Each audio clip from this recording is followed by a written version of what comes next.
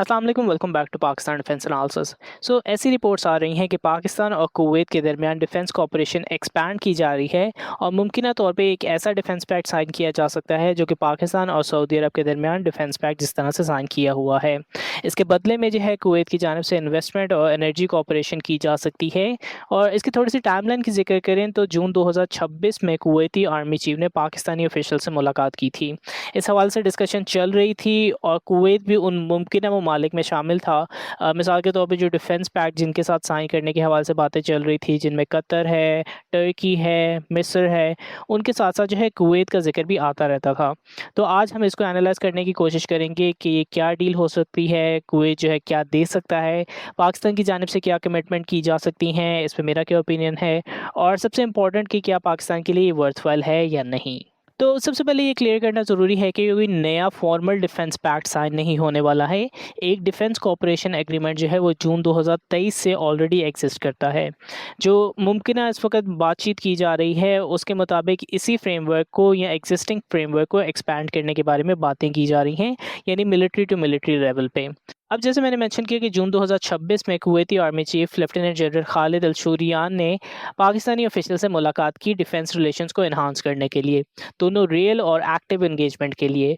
लेकिन अब जो क्लेम्स आ रहे हैं उसके मुताबिक जो इमिनेंट डिफेंस पैक्ट साइन किया जा सकता है, उसके मुताबिक जो डिफेंस प्रोटेक्शन पाकिस्तान की जानिब से प्रोवाइड की जाएगी, उसके एक्सचेंज में कुवैत की जानिब से इन्वेस्टमेंट और एनर्जी कोऑपरेशन जो है वो प्रोवाइड की जा सकती है। बट ये भी मैं मेंशन करता चलूँ कि अभी ये स्पेकुलेटिव है, अभी दोनों ऑफिशियल्स या दोनों ममालिक के ऑफिशियल्स की जानिब से इस हवाले से किसी किस्म की न्यूज़ सामने नहीं आई है।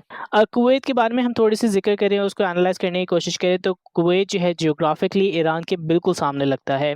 यूएस ईरान कॉन्फ्लिक्ट जो कि एक तरह से ख़त्म भी हो गया है और अब दोबारा से लग रहा है कि शुरू होने वाला है, वो इस रीजन की इंस्टेबिलिटी के लिए जो है वो रियल कंसर्न है। आपको शायद याद होगा कि आज से कुछ दिन पहले ही आईआरजीसी यानी ईरानियन रेवोल्यूशनरी गार्ड कॉर्प्स की जानिब से अनाउंस किया गया था कि उनकी जानिब से ड्रोन और मिसाइल हमले किए गए हैं कुवैत की अली अल सलाम एयरबेस पे, जहां पे यूएस बेसिस मौजूद थी। ईरान की जानिब से ये क्लेम किया गया था कि उन्होंने जो है radar system, patriot air defence system और फ्यूल डिपो जो है जो कि यूएस के अंडर आते थे, उन सबको तबाह किया है। तो ये एक एस्पेक्ट है। फिर ऑब्वियसली कुवैत की जो मिलिट्री है वो थोड़ी सी लिमिटेड है। उनकी आर्मी को यकीनन प्रोफेशनल कहा जा सकता है, लेकिन वो एक लिमिटेड स्केल पे ऑपरेट करती हैं। यूएस की सिक्योरिटी अम्ब्रेला पे जो है वो अभी भी हेविली डिपेंडेंट है और रिसेंटली जो इवेंट्स हुए हैं उसके बाद से मिडिल ईस्ट का थोड़ा सा यूएस पे डिफेंस कोऑपरेशन के हवाले से थोड़ा सा एतबार उठता हुआ नज़र आ रहा है। पाकिस्तान उसके मुकाबले में एक रिलायबल पार्टनर हो सकता है, एक लो कॉस्ट पार्टनर हो सकता है। Pakistan obviously battle tested military है, उसकी ट्रेनिंग कैपेबिलिटी बेहतरीन है। जो सऊदी अरब के साथ पैक्ट पाकिस्तान ने साइन किया है वो भी एक बहुत अहम इम्पैक्ट प्ले कर सकता है। तो कुवैत जो है एसेंशली अपनी सिक्योरिटी डाइवर्सिफाई करना चाह रहा है। अब इसके बदले में कुवैत की जानिब से क्या दिया जा सकता है, तो केआईए यानी कुवैत इन्वेस्टमेंट अथॉरिटी जो कि तकरीबन $800 बिलियन प्लस के एसेट्स का सॉवरन वेल्थ फंड है, ये जो है बहुत ज़्यादा इंपॉर्टेंट रोल प्ले कर सकता है। शायद ये सऊदी अरब की तरह या यूए की तरह उतना बड़ा इन्वेस्टमेंट फंड नहीं है और कुवैत की जानिब से रिजर्वेशंस भी शो की जाती हैं या लिमिटेड स्केल्स में इन्वेस्टमेंट की जाती हैं एज़ कम्पेयर टू सऊदी अरब या यूएई। लेकिन पाकिस्तान के अंदर जो है कुवैत का हिस्टोरिकल ट्रैक मौजूद है। उनकी जानिब से बैंकिंग में, एनर्जी में, रियल एस्टेट में इन्वेस्टमेंट की जा चुकी हैं, ऑल्दो मॉडेस्ट लेवल पे।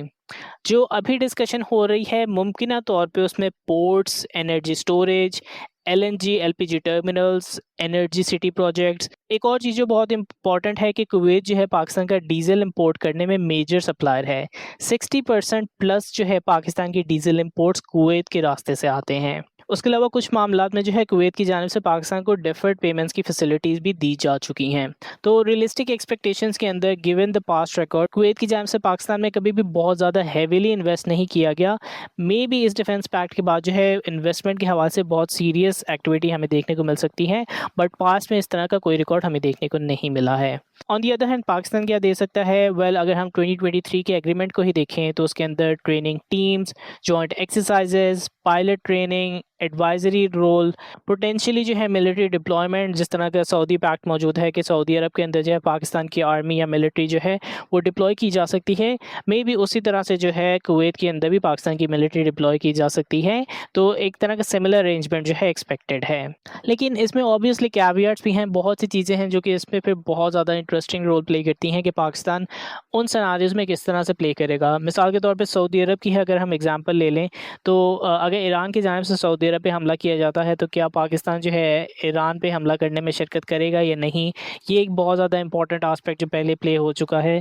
फिर उसके बाद जो है यमन के अंदर जो जंग जारी है उसके अंदर सऊदी अरब का रोल जो है सबको पता है। और अगर पाकिस्तान की आप हिस्ट्री देखें तो पाकिस्तान ने हमेशा से इस जंग के अंदर शिरकत करने से इनकार किया है।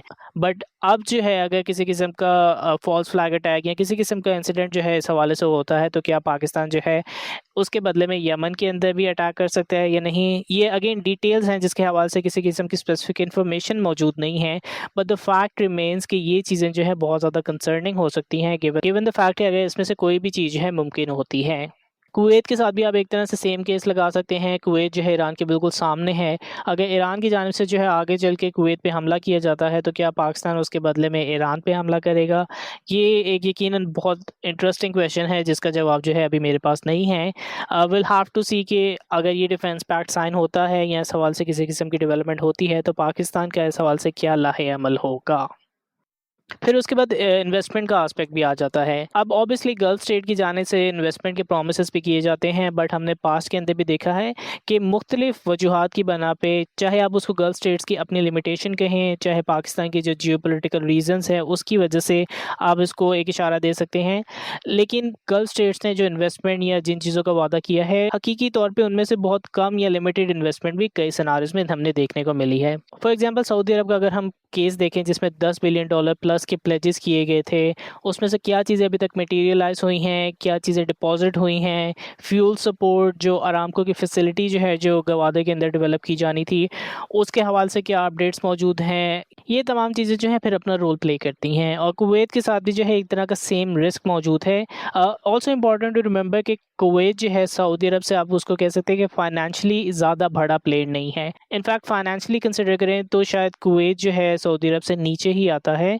कुवैत की जो इन्वेस्टमेंट एजेंसी है वो भी कंजर्वेटिव इन्वेस्टमेंट है। अगर आप उसकी हिस्ट्री निकाल के देखें तो आप यकीनन ये जजमेंट पास कर सकते हैं कि किया की जानिब से पाकिस्तान में कंजर्वेटिव इन्वेस्टमेंट की जाती रही है। But because of the fact कि पाकिस्तान ने यूएस ईरान मीडिएशन के अंदर एक एक्स्ट्रॉर्डनरी रोल प्ले किया है, जो स्विट्ज़रलैंड के अंदर समिट हुआ था उसके अंदर पाकिस्तान जो है को मीडिएटर के तौर पे अपना रोल प्ले कर रहा था। सो इन तमाम चीज़ों को देखते हुए जो है मे बी कुवैत की जानिब से फ्यूचर के अंदर जो है हैवीली इन्वेस्ट किया जाए गिवन द फैक्ट कि उनकी सिक्योरिटी भी जो है इससे रिलेटेड है।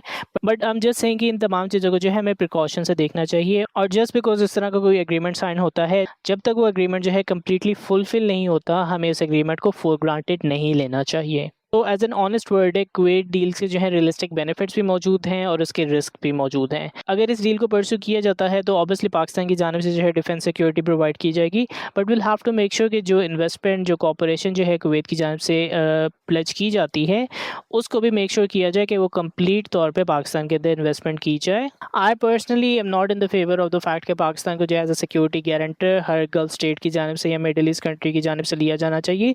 येस मे बी एक कलेक्टिव एफर्ट जिसके अंदर बहुत से ममालिक जो है मिसाल के तौर पे जिस पे बात की जा रही थी कि पाकिस्तान, सऊदी अरब, टर्की और इजिप्ट की जानिब से जो है जॉइंट एनर्जी या सिक्योरिटी प्रोवाइड की जा सकती है, उस तरह का अगर किसी किस्म का इकदाम उठाया जाता है तो वो यकीनन एक बेहतर इकदाम होगा।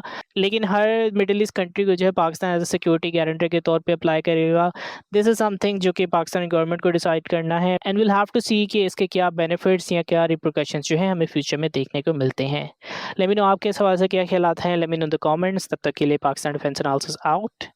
Good bye.